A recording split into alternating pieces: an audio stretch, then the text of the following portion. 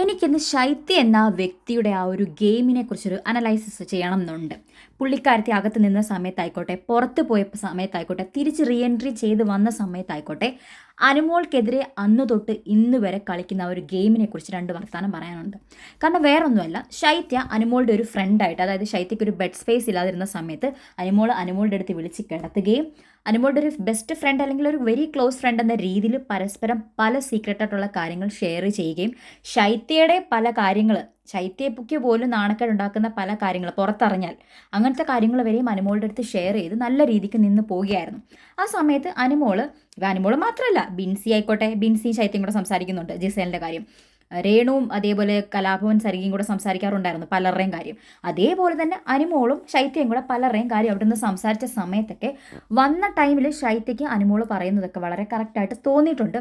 ശൈത്യ അതിനൊക്കെ എസ് മൂളുകയും പകരം തിരിച്ച് അനുമോളുടെ അടുത്ത് അതേ നാണയത്തിൽ അതേ സ്വരത്തിൽ അനുമോളുടെ അടുത്ത് തിരിച്ച് പറയുകയും ചെയ്തു. അനുമോളുടെ ഒരു കുഴപ്പം എന്താണെന്ന് വെച്ചാൽ അനുമോള് പറയുന്നതൊക്കെ കുറച്ചും കൂടെ വ്യക്തമായിരിക്കും. പറയാനുള്ളത് ഇങ്ങനെ അടിച്ചിടുന്ന പോലെ അങ്ങ് പറയും, മുഖത്ത് നോക്കി പറയും. ശൈത്യ അത് നൈസായിട്ട് നിന്ന് ഒതുക്കത്തിൽ അനുമോളുടെ കൂട്ടത്തിൽ നിന്ന് പറഞ്ഞു കൊടുത്തതാണ്.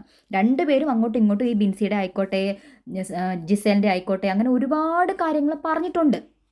എന്നിട്ട് ഒരു വട്ടം ലാലേട്ടൻ വന്ന് ഇത് പബ്ലിക്കലി അനുമോളുടെ അടുത്ത് ചോദിച്ചു കഴിഞ്ഞപ്പം അന്ന് ശൈത്യയ്ക്ക് മനസ്സിലായി അനുമോൾക്ക് പുറത്ത് എന്തോ നെഗറ്റീവ് അടിക്കുന്നുണ്ട്, ഇവളുടെ കൂടെ നിന്ന് കഴിഞ്ഞാൽ എനിക്ക് എന്തെങ്കിലും പണി കിട്ടുമോ എന്ന് പേടിച്ചിട്ട് ശൈത്യ എന്ത് ചെയ്തു, അവിടെ നിന്നൊരു മലക്കം മറിഞ്ഞ് നേരെ ജിസേലിൻ്റെയൊക്കെ ഗ്യാങ്ങിലോട്ട് സ്ട്രെയിറ്റ് അവേ അങ്ങ് പോയി ചേരുമായിരുന്നു.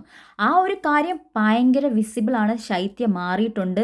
ശൈത്യ എന്നിട്ട് ജിസേലിൻ്റെ അടുത്ത് പോയി സോറിയും പറയുന്നു. എല്ലാവരുടെ അടുത്തും സംസാരിക്കാൻ വേണ്ടി, അത് അനുമോളുടെ അടുത്തൊന്ന് മാറി ബാക്കിയുള്ളവരുടെ അടുത്ത് അടുക്കാൻ വേണ്ടി ഒരു ഗ്രൂപ്പിലോട്ട് അങ്ങ് മാറുമായിരുന്നു ശൈത്യ ചെയ്തത്. ആ ഗ്രൂപ്പിലോട്ട് മാറിയത് മാത്രമല്ല, ശൈത്യ അവിടെ നിന്നുകൊണ്ട് അനുമോളെക്കുറിച്ചുള്ള ഒരുപാട് കുറ്റങ്ങളും തെറ്റിദ്ധാരണകളും ഉണ്ടാക്കി മറ്റുള്ളവരുടെ മുൻപിൽ കൊടുത്തു. അതായത് അനുമോള് ആര്യനുമായിട്ട് ഒരു ലവ് ട്രാക്ക് വലിക്കാൻ നോക്കുന്നുണ്ടെന്ന രീതിയിൽ, അവൾക്കൊരു ക്രഷ് ഉണ്ടെന്നുള്ള രീതിയിലൊക്കെ മറ്റുള്ളവരിലേക്ക് എടുത്തിട്ട് കൊടുത്തു. അവരൊക്കെ അത് നോക്കിയിരിക്കുമായിരുന്നു. കാരണം ഓൾറെഡി ജിസേലുമായിട്ട് അനുമോൾക്കൊരു പ്രശ്നമുണ്ട്. അപ്പോൾ ആര്യൻ്റെ അടുത്ത് അനുമോൾക്കൊരു ക്രഷ് ഉണ്ടെന്ന് കണ്ടു കഴിഞ്ഞാൽ ജിസേലിനോട് അനുമോൾ കാണിക്കുന്ന പ്രശ്നങ്ങളെല്ലാം തന്നെ ഈ ആര്യനോട് ക്രഷ് തോന്നിയത് കൊണ്ട് ജിസേലിനോട് തോന്നിയ ആ ഒരു വൈരാഗ്യമാണെന്ന് സ്വാഭാവികമായിട്ടും അവർ ചിന്തിച്ചു കൂട്ടി. ഈ ഒരു കാര്യം ശൈത്യ എല്ലാവരുടെയും മുൻപിൽ ഇട്ടുകൊടുത്തു. കാരണം ശൈത്യയാണ് ഫ്രണ്ടായിട്ട് നിന്നത്, ബാക്കിയുള്ളവർക്കെല്ലാം വെറും തോന്നലുകൾ മാത്രമാണ്. ശൈത്യ വളരെ സ്ട്രിക്റ്റ് ആയിട്ട് അല്ലെങ്കിൽ വളരെ കണ്ണിങ് ആയിട്ട് അവിടെ പറയുന്നുണ്ട് അനുമോൾക്ക് ക്രഷ് ഉണ്ടായിരുന്നു, അതും കളിയാക്കിക്കൊണ്ടാണ് പറയുന്നത്. അപ്പോൾ അവർ ഉറപ്പിച്ചു ജിസേലിനോട് അനുമോൾക്കുള്ളത് വൈരാഗ്യമാണെന്ന്. അങ്ങനെ ലാലേട്ടൻ വന്ന് ചോദിച്ചപ്പോഴും ശൈത്യ ഇത് പൂർണ്ണമായിട്ട് പറയുന്നുണ്ട്. അതാണ് ശൈത്യ ചെയ്ത ഫസ്റ്റ് ചതി എന്ന് പറയുന്നത്. അതിനുശേഷം അനുമോളോട് അധികം മിണ്ടാൻ നോക്കിയിട്ടില്ല. മസ്താനി കയറി വന്നപ്പോൾ കട്ടപ്പ എന്ന് വിളിച്ചത് പുറത്ത് നടന്ന കാര്യമാണ്. ഒരിക്കലും അനുമോള് അത് ഇട്ട് കൊടുത്തതല്ല, അനുമോളായിട്ട് ഇട്ട് കൊടുത്തതല്ല. പുറത്ത് ഓൾറെഡി അത് പോയി. മസ്താനി വന്നപ്പം ഇട്ട് കൊടുത്തു, അല്ലെങ്കിൽ ജിഷൻ ചേട്ടൻ വന്നപ്പോൾ ഇട്ട് കൊടുത്തപ്പം വെറുതെ അനുമോള് വിളിച്ചു, അത് ശൈത്യയ്ക്ക് കൊണ്ടു. പിന്നെ എന്തൊക്കെയോ പ്രശ്നങ്ങളായി. അനുമോളുടെ ഏതോ ലവറിൻ്റെ കാര്യം മസ്താനി പറഞ്ഞിട്ട് അത് ശൈത്യമാണെന്ന് പറഞ്ഞപ്പോൾ ശൈത്യ ഭയങ്കരമായിട്ട് നിൻ്റെ പല്ല് ഞാൻ അടിച്ച് പൊട്ടിക്കുന്ന എന്തോ രീതിയിലൊക്കെ അനുമോളെക്കുറിച്ച് പറഞ്ഞു. അപ്പം ഒരു ഫ്രണ്ട് എന്ന രീതിയിൽ അങ്ങനെ ചെയ്യാൻ പാടുണ്ട്. അനുമോൾ അങ്ങനെ ഒരു ഡൗട്ട് പ്രകടിപ്പിച്ചാൽ തന്നെ, കാരണം ശൈത്യയുടെ സ്വഭാവം അങ്ങനെയാണല്ലോ പൊയ്ക്കൊണ്ടിരിക്കുന്നത്. ഒരു ഫ്രണ്ടിൻ്റെ മുഖത്ത് നോക്കി നിൻ്റെ പല്ലടിച്ച് താഴെ ഇടുമെന്ന് മാസ് ഡയലോഗ് മറ്റുള്ളവരുടെ മുൻപിലിട്ട് പറയാൻ നിങ്ങളൊരു ഫ്രണ്ടാണെങ്കിൽ നിങ്ങൾക്ക് പറ്റുമോ? അപ്പം ഈ വക തോന്നിവാസങ്ങളൊക്കെ ശൈത്യ കാണിച്ചിട്ട് നൈസായിട്ട് അവരുടെ കൂട്ടുകൂടി അനുമോളെ തകർക്കാനുള്ള പ്ലാനുകൾ വരെ അവസാന നിമിഷം അവരുടെ കൂട്ടത്തിൽ നിന്ന് എക്സിക്യൂട്ട് ചെയ്തൊരു വ്യക്തിയാണ് ഈ പറയുന്ന ശൈത്യ. അനുമോളുടെ അടുത്ത് ശൈത്യയ്ക്ക് നിൽക്കാൻ പറ്റുന്നില്ലെങ്കിൽ ശൈത്യ ഒരിക്കലും അനുമോളുടെ അടുത്തൊന്ന് മാറി ഇമ്മീഡിയറ്റ്ലി ഒരു ഗ്രൂപ്പിൽ ചേരുകയല്ല വേണ്ടത്. അത് കാണുന്ന എല്ലാവർക്കും തോന്നും ഒബ്വിയസ്ലി ശൈത്യ അനുമോളെ ബാക്ക് സ്റ്റാബ് ചെയ്ത് കുത്തി മറ്റുള്ള ഒരു ഗ്രൂപ്പിൽ പോയി അനുമോളെ കുറ്റം പറഞ്ഞതായിട്ട് തോന്നത്തുള്ളൂ. അനുമോള് നിൽക്കുന്നത് പോലെ ഒറ്റയ്ക്ക് ശൈത്യ അവിടെ നിന്ന് കളിച്ചിരുന്നെങ്കിൽ ശൈത്യയ്ക്ക് ഇങ്ങനത്തെ ഒരു ബാക്ക് സ്റ്റാബിങ് അങ്ങനത്തെ ഒരു ഇഷ്യൂ വരത്തില്ലായിരുന്നു. പക്ഷേ അപ്പം തന്നെ ഇമ്മീഡിയറ്റ് ആയിട്ട് ഒരു ഗ്രൂപ്പിൽ കയറി അവൾക്കെതിരെ ഓരോ കാര്യങ്ങൾ പറഞ്ഞ് സംസാരിക്കാൻ തുടങ്ങിക്കഴിഞ്ഞാൽ ഷുവറായിട്ടും വിചാരിക്കുന്നത് എന്താ, അനുമോളെ ബാക്ക് സ്റ്റാബ് ചെയ്തു എന്നല്ലേ വിചാരിക്കത്തുള്ളൂ. അത് ചെയ്തിട്ടുമുണ്ട് ശൈത്യ, അതാണ് ചെയ്തത്. അപ്പം അതിൻ്റെയൊക്കെ പ്രതിഫലനമാണ് ശൈത്യയ്ക്ക് പുറത്തിറങ്ങിയപ്പോൾ കിട്ടിയിട്ടുള്ള ഈ ഒരു അറ്റാക്കും അതേപോലെ കട്ടപ്പ വിളിയും ശൈത്യയുടെ മെസ്സേജസിലും എവിടെ വരുന്ന കാര്യങ്ങളൊക്കെ, അല്ലെങ്കിൽ റീൽസ് ആയിക്കോട്ടെ, എല്ലാം ഈ ഒരു പ്രതിഫലനമാണ്. മസ്താനിക്ക് കിട്ടിയതിൻ്റെ ഒരു 100% ശൈത്യയ്ക്ക് കിട്ടിയിട്ടില്ല. പക്ഷേ തിരിച്ച് കയറി വന്നപ്പോൾ ഈ ഒരു ഗ്രഡ്ജുമായിട്ടാണ് ശൈത്യ കയറി വന്നത്. ആക്ച്വലി പുറത്ത് നിന്ന് ശൈത്യയുടെ അടുത്ത് അനുമോളെക്കുറിച്ച് ഓരോ വട്ടം ക്വസ്റ്റ്യൻസ് ചോദിക്കുമ്പോഴും ശൈത്യ വളരെ നാടകീയമായ രീതിയിലും വളരെ വെറുപ്പിക്കുന്ന രീതിയിലും അനുമോളെ കുറ്റം പറഞ്ഞുകൊണ്ടിരിക്കുകയായിരുന്നു. കാരണം ഇവിടുന്ന് ഇറങ്ങിപ്പോകുന്നതിന് മുൻപേ ശൈത്യ അനുമോളും കൂടെ കെട്ടിപ്പിടിച്ച് കരഞ്ഞിട്ട് ഉമ്മയൊക്കെ കൊടുത്തിട്ടാണ് ഇവിടുന്ന് ഇറങ്ങിപ്പോയത്. അപ്പം ഒരിക്കലും മറ്റുള്ളവർ ചോദിക്കുമ്പോൾ അനുമോളെക്കുറിച്ച് മോശം രീതിയിൽ കളിയാക്കിക്കൊണ്ട് സംസാരിക്കരുതായിരുന്നു. അനുമോളുടെ PR-നെ ഒരിക്കലും അനുമോൾ പറഞ്ഞിട്ടില്ല ശൈത്യ ഇങ്ങനെയൊക്കെ ചെയ്യണം എന്നുള്ളത്. അനുമോൾ ഇതിൻ്റെ അകത്തിരുന്ന് പറയാൻ പറ്റുമോ?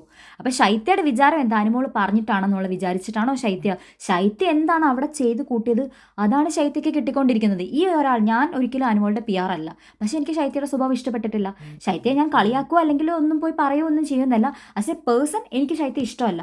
അപ്പം ഇതിനൊക്കെ നേരിട്ട് റിയാക്ട് ചെയ്യുന്ന കുറേ ആൾക്കാർ നമ്മുടെ സമൂഹത്തിലുണ്ട്.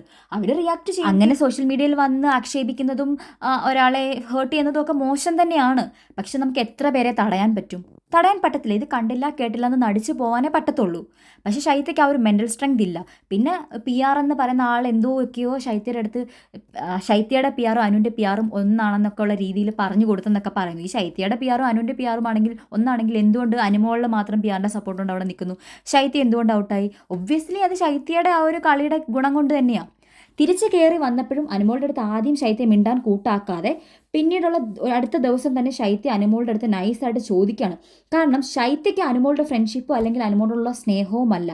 ശൈത്യയ്ക്ക് വേണ്ടത് ശൈത്യയുടെ ക്ലാരിറ്റിയാണ്. അതായത് നീ കാരണം എന്നെ കട്ടപ്പായെന്ന് വിളിച്ചു, ആ ഒരു പേര് നീ മൂലം തന്നെ മാറ്റണം. എനിക്കിവിടെ നിന്ന് ഇറങ്ങിപ്പോകുമ്പോൾ വളരെ നല്ല രീതിക്ക് എനിക്കിവിടെ നിന്ന് ഇറങ്ങിപ്പോകണം, എൻ്റെ പേര് മാറ്റണം. അതിനുവേണ്ടി അനുമോളുടെ അടുത്ത് പല കാര്യങ്ങളും ശൈത്യ ക്ലാരിറ്റിക്ക് വേണ്ടി ശ്രമിച്ചപ്പോൾ അനുമോൾ കുറേ ക്വസ്റ്റ്യൻസ് തിരിച്ചങ്ങോട്ട് ചോദിച്ചു. അതായത് നീ ഇവിടെ നിന്ന് എൻ്റെ അടുത്തുനിന്ന് മാറിയ സമയത്ത് നിനക്കും എൻ്റെ അടുത്ത് വന്ന് മിണ്ടായിരുന്നല്ലോ, നീ എന്നെ അവോയ്ഡ് ചെയ്തിട്ടില്ലേ, നീ എന്നോട് അങ്ങനെ ചെയ്തിട്ടില്ലേ, പല കാര്യങ്ങളും അങ്ങോട്ട് ചോദിച്ചപ്പം ശൈത്യയ്ക്ക് പറയാൻ വാക്കുകളില്ല. അനുമോൾ നല്ല രീതിക്ക് തന്നെ അതിനുള്ള ക്വസ്റ്റ്യൻസ് ചോദിക്കുന്നുണ്ട്. അപ്പോൾ അതിനൊന്നും പിടിച്ച് നിൽക്കാനുള്ള ഒരു സ്ട്രെങ്ത് ശൈത്യയ്ക്കില്ല. അത് ശൈത്യയ്ക്ക് പുറത്തും ഇല്ല, ഇവിടെ വന്നിട്ട് അനുമോളുടെ അടുത്തും ആ സ്ട്രെങ്ത് ഇല്ല.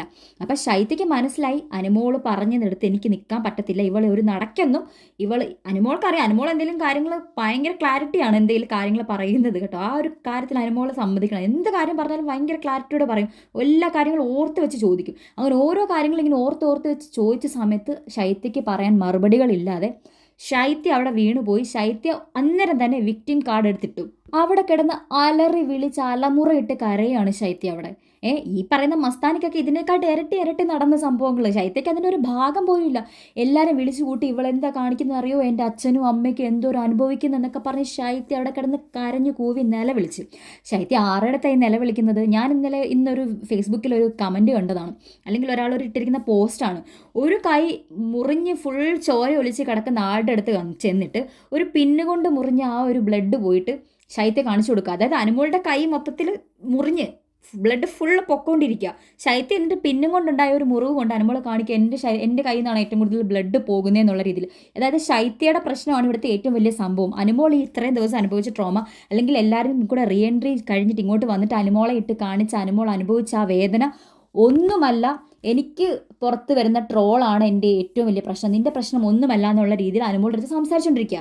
ആ സംസാരത്തിന് വഴങ്ങിക്കൊടുത്ത അനുമോളെ വേണം ആദ്യം തല്ലാൻ. എന്തിന് ശൈത്യയെ പോലുള്ള ഒരാളുടെ അടുത്ത് അവിടെ പോയി അന്നേരം സംസാരിച്ച് ക്ലിയർ ചെയ്യാൻ വേണ്ടി നിന്ന് ലാസ്റ്റ് വിക്ടിം കാർഡ് ഇറങ്ങി അവിടെയും അനുമോൾ കുറ്റക്കാരിയായി.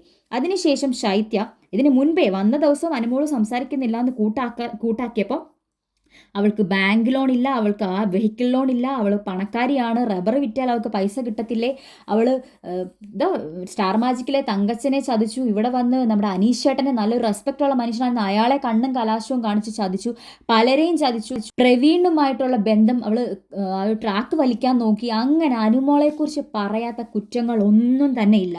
ഇതെല്ലാം പറഞ്ഞിട്ടാണ് അനുമോൾ പോയി ഇവളുടെ ക്ലാരിഫിക്കേഷന് വേണ്ടി പോയി ഇരുന്ന് കൊടുത്തതെന്ന് ആലോചിക്കുമ്പോൾ അനുമോളെ വേണം ചവിട്ടാൻ ആദ്യം. അപ്പോൾ ഇമാതിരി പണിയാണ്. എന്നിട്ട് ആ വന്ന ദിവസം തൊട്ട് ഈ നിമിഷം വരെയും അനുമോൾ ശൈത്യയോട് മിണ്ടാത്തത് കൊണ്ട് തന്നെ ആദിലെ നൂറേയും അവൾ മിണ്ടിപ്പിച്ചില്ല. അവൾ മാക്സിമം അനുമോൾക്കെതിരെ എന്തൊക്കെ പറഞ്ഞു കൊടുക്കാമോ അതൊക്കെ ആദിലയുടെ നൂറയുടെയും ചെവിയിലെത്തിച്ച് നല്ല രീതിക്ക് നല്ല വാക്ക് കേട്ട് പിരിഞ്ഞ് ഇവിടെ നിന്ന് പടിയിറങ്ങേണ്ട ആദിലെ നൂറ അനുമോളുമായിരുന്നു. എന്തായാലും അത് ഫേക്ക് ഫ്രണ്ട്ഷിപ്പാണ്, എന്തായാലും അത് സംബന്ധിച്ച് തരാതിരിക്കാൻ പറ്റത്തില്ല. ആദിലയുടെ ഫേക്ക് ആയിട്ടുള്ള ഫ്രണ്ട്ഷിപ്പായിരുന്നു. പക്ഷേ ഈവൻ ദോ അതൊരു ഫേക്ക് ഫ്രണ്ട്ഷിപ്പ് ആയിരുന്നെങ്കിൽ കൂടിയും നല്ല രീതിക്ക് പിരിയുമായിരുന്നു. ഈ റീഎൻട്രികൾ തിരിച്ച് വന്നില്ലായിരുന്നെങ്കിൽ നല്ല രീതിക്ക് തന്നെ പിരിയുമായിരുന്നു. എന്തായാലും ശൈത്യ ഒരു അസൽ പ്ലെയർ ആണ്, നല്ല രീതിക്ക്. എന്ന് വെച്ചാൽ അവൾക്ക് ഇവിടെ വന്നിട്ട് നല്ല രീതിക്ക് ഗെയിം കളിക്കാതിരുന്നതിൽ അവൾക്ക് കുറ്റബോധമുണ്ട്. എൻ്റെ അടുത്തോട്ട് എന്താ പ്രശ്നങ്ങളൊന്നും വരാത്തത് എന്നുള്ള രീതിയിൽ ചോദിച്ചു. അവളിവിടെ വന്ന് ഒരു ഗെയിമും കളിച്ചിട്ടില്ല. പക്ഷെ പുറത്ത് പോയിട്ട് തിരിച്ച് കയറി വന്നപ്പോൾ ഒരു ഗെയിം കളിക്കാൻ നോക്കി. അനുമോളുടെ അടുത്തുനിന്ന് ക്ലാരിഫിക്കേഷനൊക്കെ കിട്ടി. എൻ്റെ പേരങ്ങ് നല്ലതാക്കാം, എനിക്ക് അവളുടെ ഫ്രണ്ട്ഷിപ്പും മാങ്ങാത്തൊലിയൊന്നും വേണ്ട, അവളെക്കുറിച്ച് ഞാൻ നല്ല 2 വർത്താനം പറയും, പക്ഷേ എൻ്റെ പേരെനിക്ക് നന്നാക്കണം എന്നുള്ളൊരു ചിന്തയുമായിട്ട് തിരിച്ച് കയറി വന്ന് ഊക്ക് മേടിച്ച ആളാണ് ശൈത്യ.